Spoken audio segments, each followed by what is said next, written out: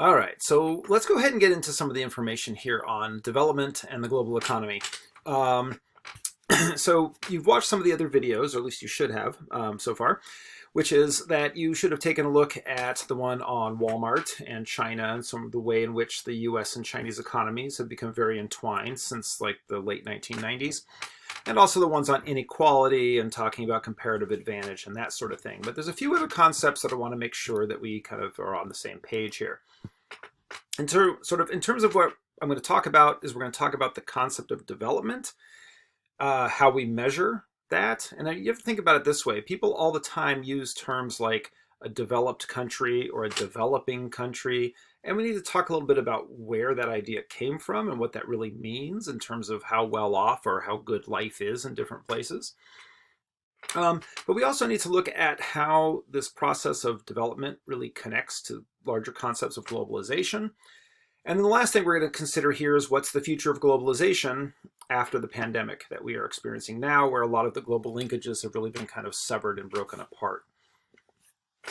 So to jump right in, one of the first things to think about here when we talk about development is that it depends on how you define development has a big has a big effect on whether you think it's a good thing or not and what it is you try to do to accomplish, quote, development.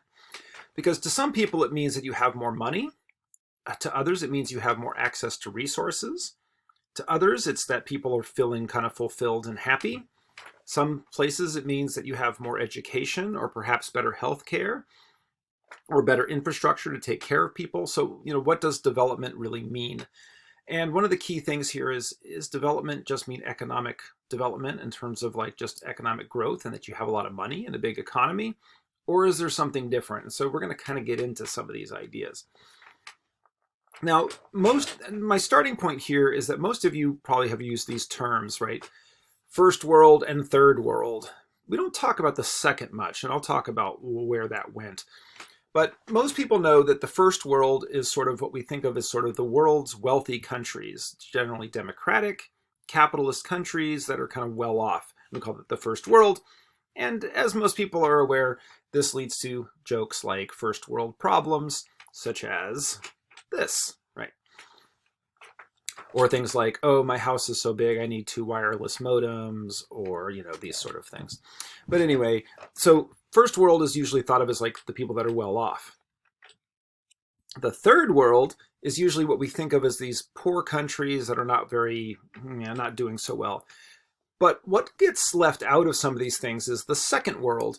And the second world is actually the communist countries. And the reason we need to understand this is that when the terms first world, second world, and third world, when people were coming up with those concepts, it was really in the context of the Cold War after World War II, where it wasn't just about the wealthy and the poor, it was about kind of the wealthy democracies, which is the first world, the second world, which is the communist world, like the Soviet Union and China and Cuba and those places. And then the third world was not just the poor, it was all of those what they referred to as non-aligned countries, the countries that were neither fully pro-US or pro-Soviet Union. And so the third world was also the countries that both the communists and the capitalists were sort of arguing over whose kind of camp they should become a part of, right? They're both trying to kind of attract the third world countries. And development was a very important part of this because one of the things that a lot of the communist countries were trying to sell during this time period was, hey, they're saying, have a communist revolution, join us, and you're going to be better off. Whereas the capitalist democracies were saying, no, you shouldn't do that. You should embrace development. And what development meant was to grow your economy, make it better over time. Don't redistribute your wealth, but generate more wealth and kind of stay with the wealthy democracies politically and economically. And importantly, incorporate yourself into the global economic system, which is sort of a capitalist system. And so part of development was this idea of telling these poor countries that if you come along with our project of being like of capitalist development, that you will become better off down the road. And then another term you'll sometimes see is fourth world, which means places that are like very, very poor, usually indigenous areas within countries, or island countries that are very kind of incredibly poor and kind of disconnected from other areas, but we don't have to worry about that too much. Another way sometimes people will talk about a developed world versus a non-developed is sometimes you'll hear people talk about the rich north and the poor south, where the developed countries are kind of mostly in the north, and then you have the poor, although you obviously have to have this rather tortured line here to be able to include Australia and New Zealand into the north. But this was kind of a term brought up back in the 1970s that sometimes you'll still hear people talk about the global north or the global south. So when we talk about what development means, it's not just rich versus poor, but it's about this idea of sort of being modern. And this connects to this term of when we define what development is, really kind of the best definition is that development is planned change intended to improve people's lives. And there's a few key points about this definition that we need to emphasize. The first is that it's change, right? It's not sticking with what you've been doing before. It's not about tradition. It's about progress and change. The idea that tomorrow is better than today, right? That we have to be shifting and changing to kind of achieve something and to change our societies, and through change that we're better than if we just stay the same. The second part of this is planned change. Planned meaning we're not just hoping for change, we're not praying for change, we are planning for it. We're going to come up with a plan so that whatever we're doing right now, we're going to do something different in 2 years and then 3 years and so on. We're kind of trying to set up some sort of rational plan to make lives better and to make a bigger economy and to make lives better for people. The next key point is intended to improve. Many development projects have been total disasters that actually leave people much worse off when it's all said and done. However, the plan is that it's intended to improve people's lives. And so, for instance, there may be a large dam project that's going in somewhere as a part of a development project. And the intention is, hey, we're going to generate electricity, we're going to control flooding, and this is going to make people's lives better. Of course, just because you have that intention, it may be that you build the dam and all sorts of things happen, like you displace all of the people that lived in the area behind it, which is now a lake. Or you can also change the ecologies, both upstream and downstream, that might have, really bad environmental impacts, and as well as impacts on human health. But that wasn't your intention. But anyway, so sometimes development may not necessarily lead to better lives, but the idea is that it's supposed to, right? And this is a very powerful idea. If you look at where it comes from, I mentioned this a little bit. It really is this post-World War II anti-communist project. And in 1949, one of the key thinkers of development was actually Harry Truman, the US president. And he says here, greater production is the key to prosperity and peace. And the key to greater production is wider and more vigorous application of modern scientific and technical knowledge. In other words, if you want people to be peaceful, countries to get along with each other, if you want people to be relatively wealthy and prosperous, you have to have greater economic production, right? And the way that you get greater economic production is that you kind of use a very rational, scientific, technical approach. You plan to try and have change and to better people's lives. And so the key here, though, however, is this all linked to this idea of greater production. And this will come up when we talk about globalization, because one of the keys to greater production, if you remember from the videos you've watched before this, is that idea of comparative advantage, right? This idea that different parts of the world should specialize in doing different kinds of activities, that's more economically productive. And so that was really one of the key points of having more prosperity and having greater production, is to make sure that countries specialize and then they trade with each other. And by doing that, that of course leads to greater and greater globalization. It's the idea of kind of making the world have different parts of the world have different jobs, different functions, and then bringing it all together through trade. I'm not going to probably talk about hegemony here, so we'll go over that. So then the question is, how do we kind of determine whether a place is, quote, developed or not, or is doing better? And because there's this focus on economic production, one of the first ways we get for categorizing how developed a place is through what's called gross domestic product, or GDP. What GDP is it's the total dollar value of everything that a country does economically, both goods and services. In other words, it's all the cars you make, it's all the phones you make, it's the computers you make, it's also all the food you grow to sell, like all of the, corn production and pork production, but it's also services. In other words, what I'm doing now as an educator is a service that people have paid for, right? That y'all have paid for. That counts in gross domestic product. If you go to your dentist, they're doing a service and you're paying them for it. That's also gross domestic product. And this is typically, could be trillions of dollars depending on the size of the country that we're talking about. However, one of the ways that they kind of make this more, what's the right word, representative of what a country is really like is they do what they call GDP per capita. Per capita just means per person. So you take all of that economic production in the whole society and you divide it by the number of people in it. And that gives you a rough idea of how much economic production per person. This is not the same as what's sometimes called gross national income. It doesn't mean if the GDP per capita, let's say, is $50,000, it doesn't mean everybody makes $50,000. It means everyone's kind of produced $50,000 worth of stuff. And of course, who owns that and who has more money and the inequality and all that is kind of going on here. But if you actually look at total gross domestic product, how much a country makes in total, you can see these figures here in the dark green are over, these are in billions, so this is over $2 trillion.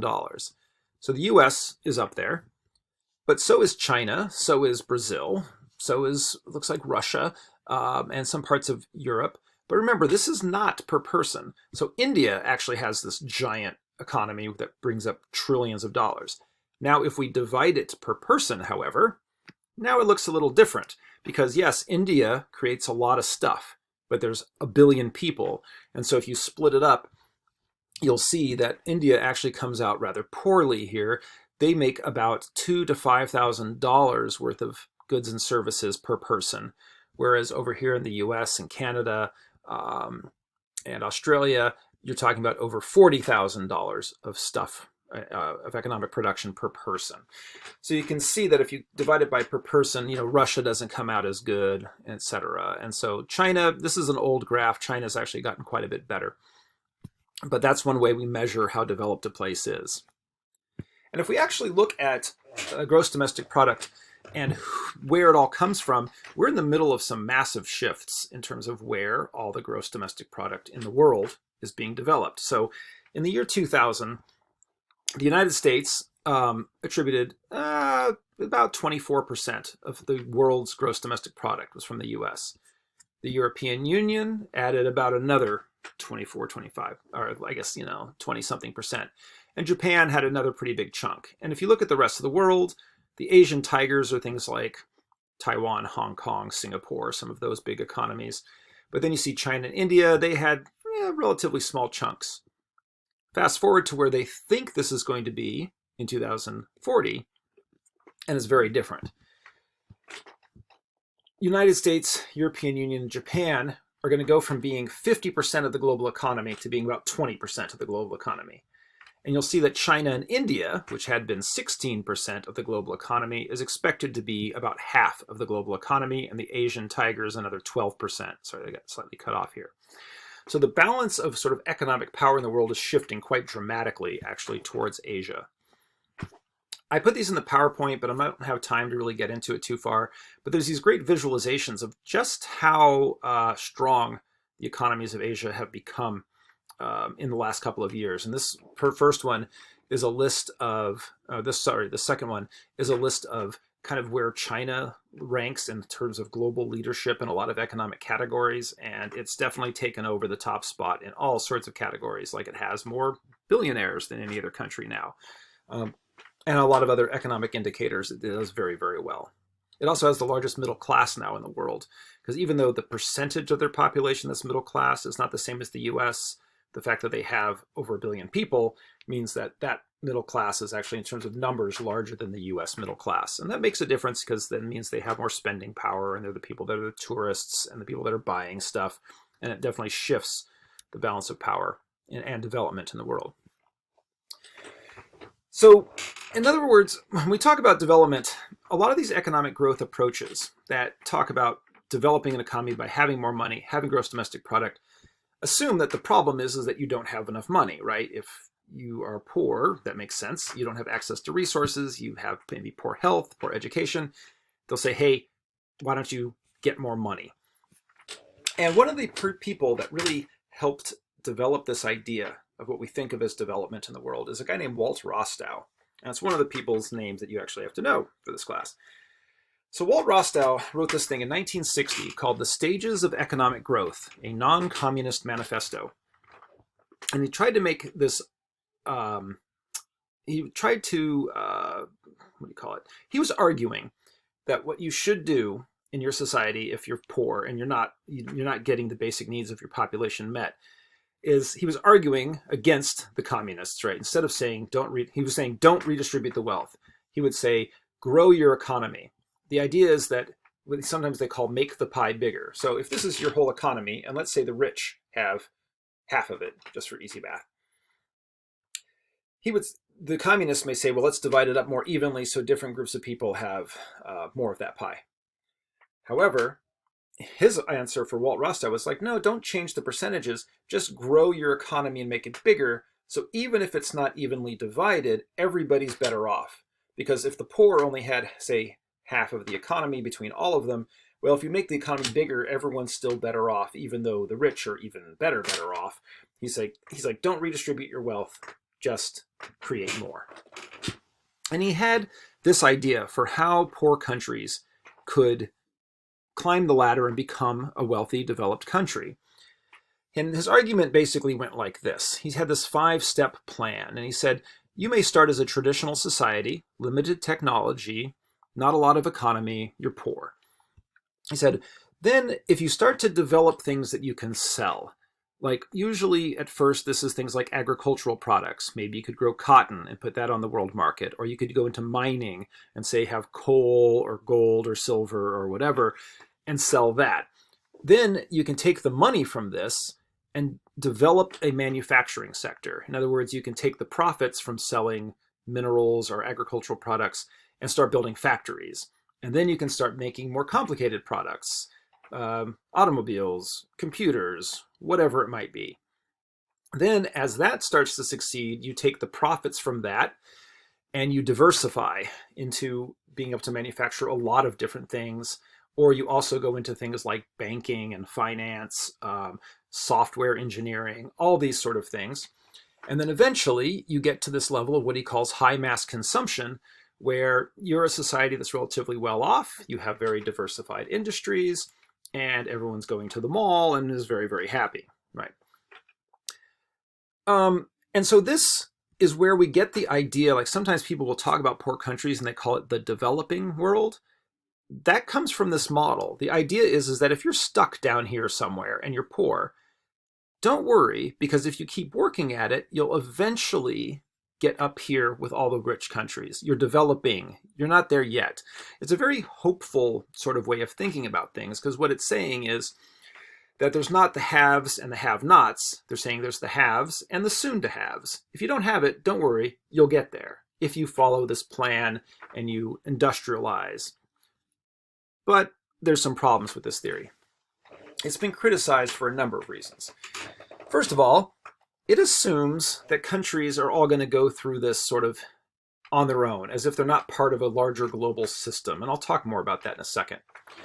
But the other criticisms of this is that the end goal of this model, which is consuming a lot of material goods, may not be considered what people really want from life. There may be other goals like political freedom or decent working conditions or a clean environment that's not as spoiled by industrial activities.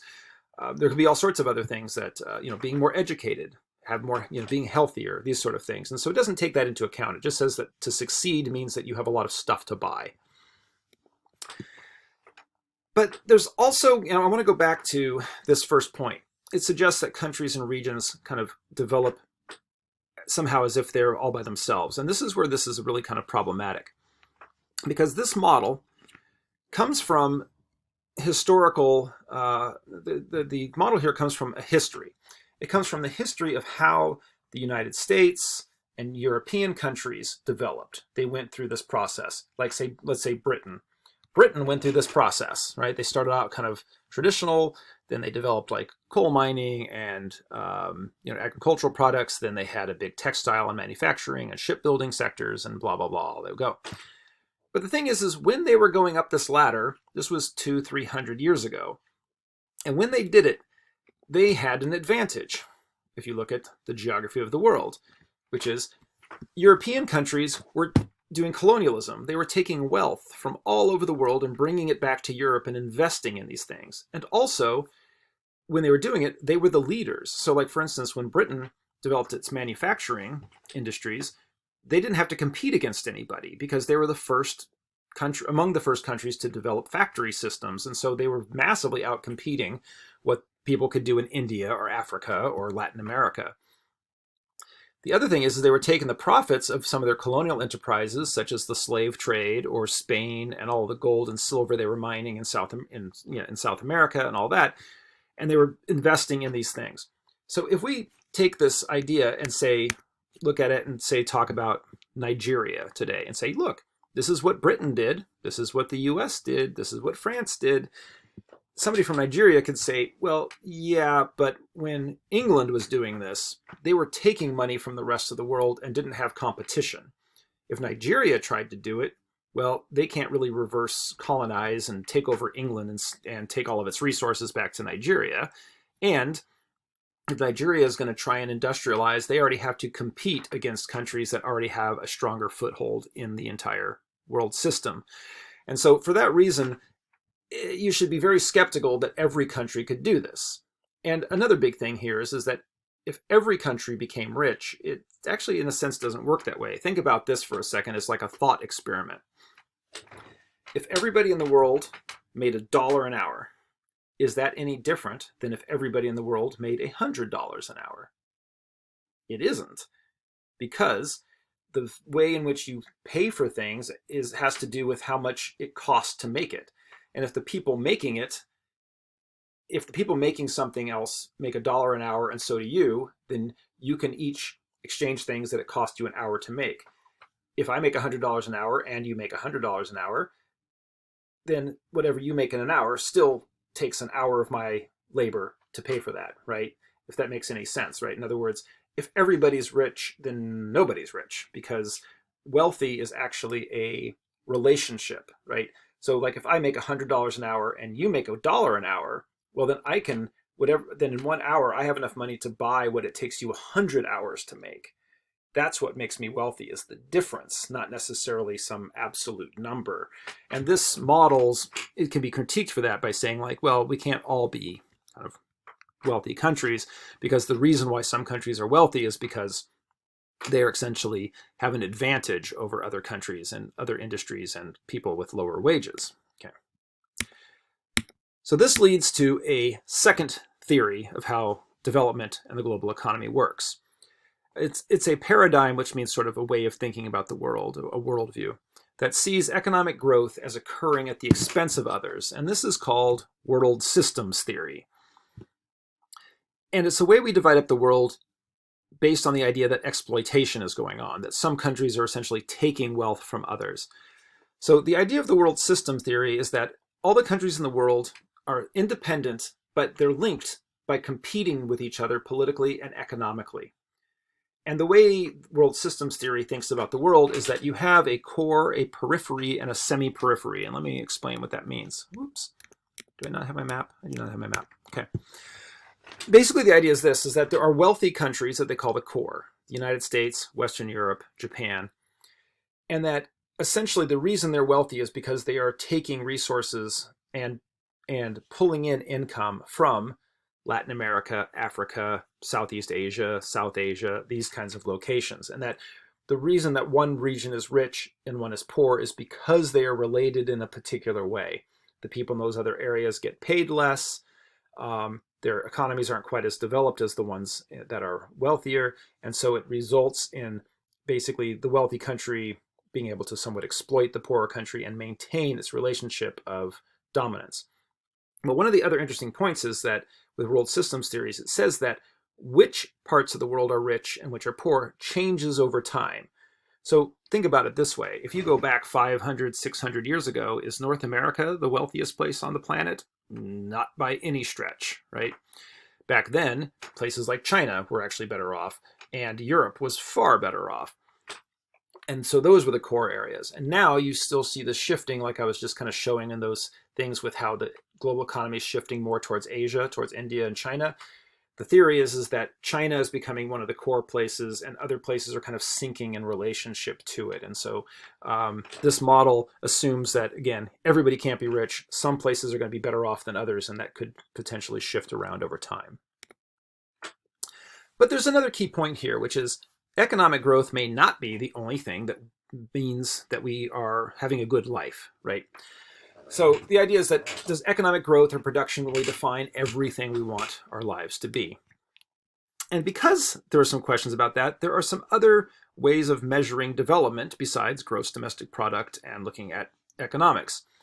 And so one of the videos that was optional for this unit is looking at the country of Bhutan and what they call gross national happiness, where literally they decided that how they're going to define how well off their country was is not by whether people have money, but whether people feel happy. And so they had this whole sort of system to do that. And other countries have actually kind of mimicked it. And so if you're interested, make sure to check out that optional video. But there's also another way that's a little more traditional that people have decided to try and look at how well off people are in a country that's different from GDP. And that's what's called the Human Development Index. And this was developed by the United Nations. And essentially, it takes three things and puts it all together to decide kind of how well off your country is. One of which, down here, is essentially gross domestic product. It's your standard of living. How well off are you economically? But in this model, it's not everything, it's just one thing. The other thing it looks at is health. They look at life expectancy at birth. How long can people expect to live, which is sort of a way of looking at what's the overall health of your particular society. And then the other thing they look at is education. How literate are people? How much schooling have they completed?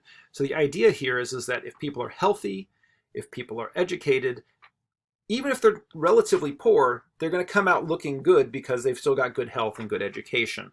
And so if you look at a map of what the world looks like according to Human Development Index, you'll see that it's not hugely different from gross domestic product.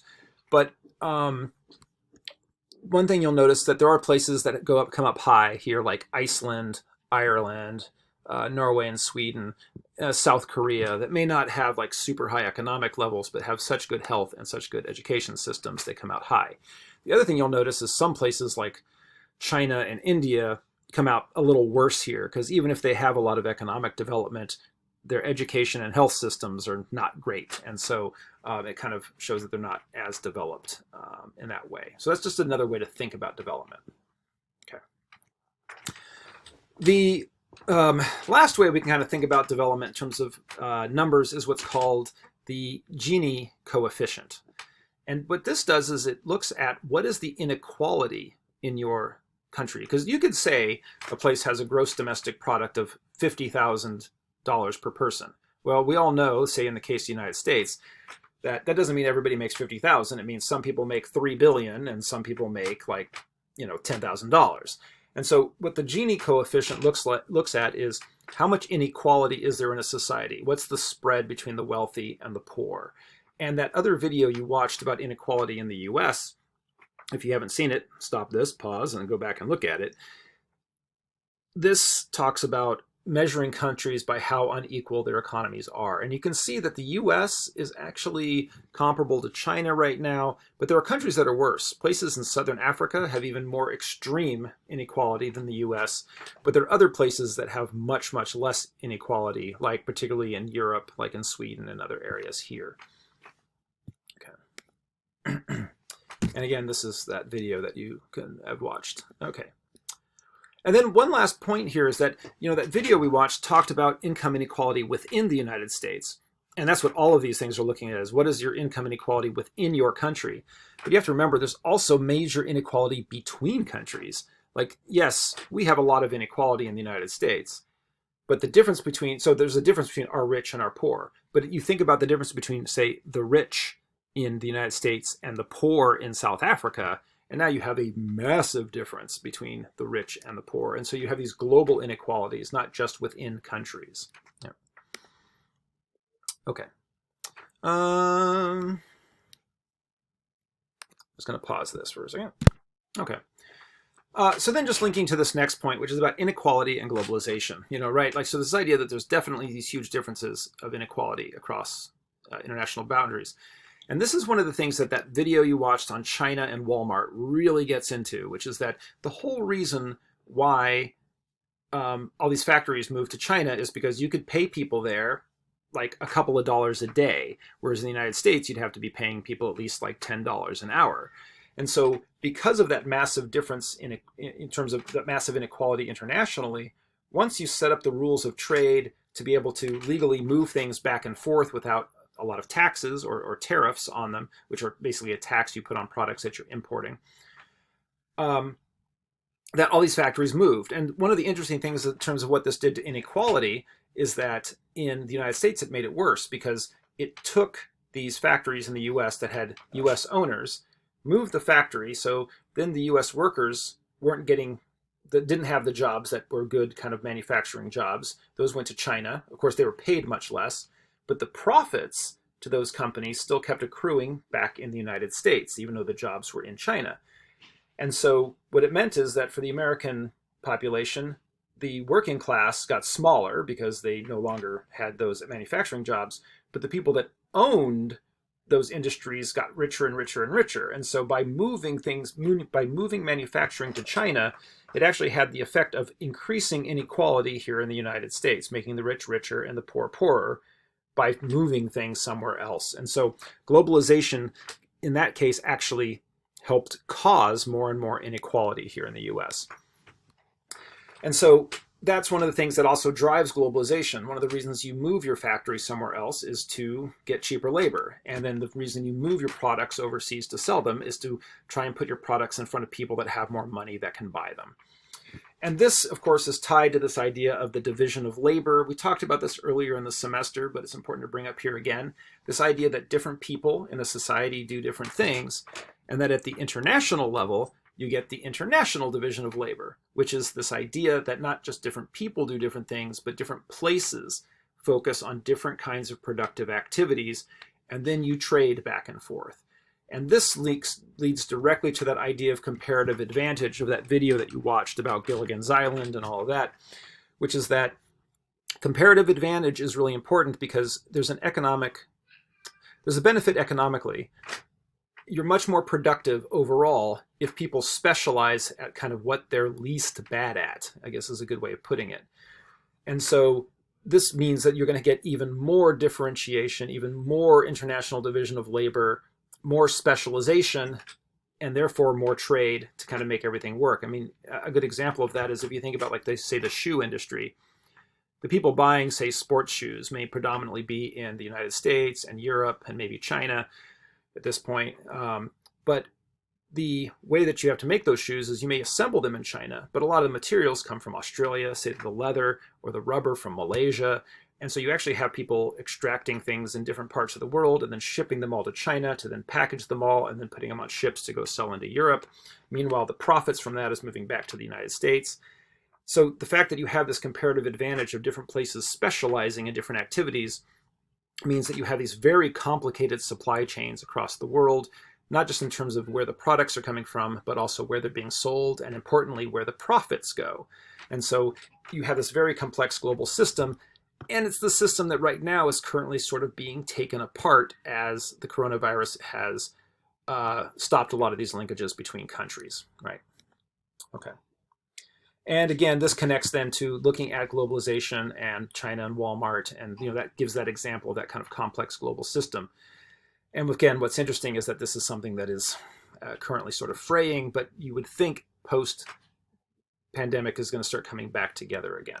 Okay, so I'm actually going to stop the video here, and I think I'm going to make another short video that will just cover this last bit on the future of globalization. And so that will be in actually the next video that you'll watch, which has a separate link. Okay.